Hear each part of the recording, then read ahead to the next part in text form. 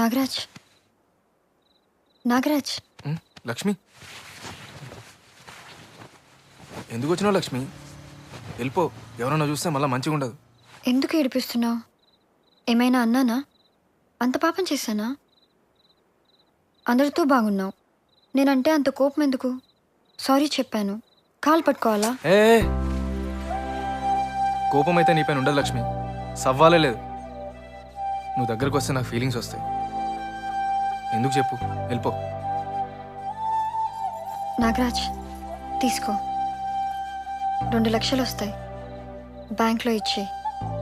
అరే నువ్వు టిఫిన్ తెస్తేనే తీసుకోలే, ఇక పైసలు తీసుకుంటే చచ్చిపోతా. అరే నాకు ఫీలింగ్స్ వస్తాయి చెప్తున్నా కదా, అర్థం చేసుకో.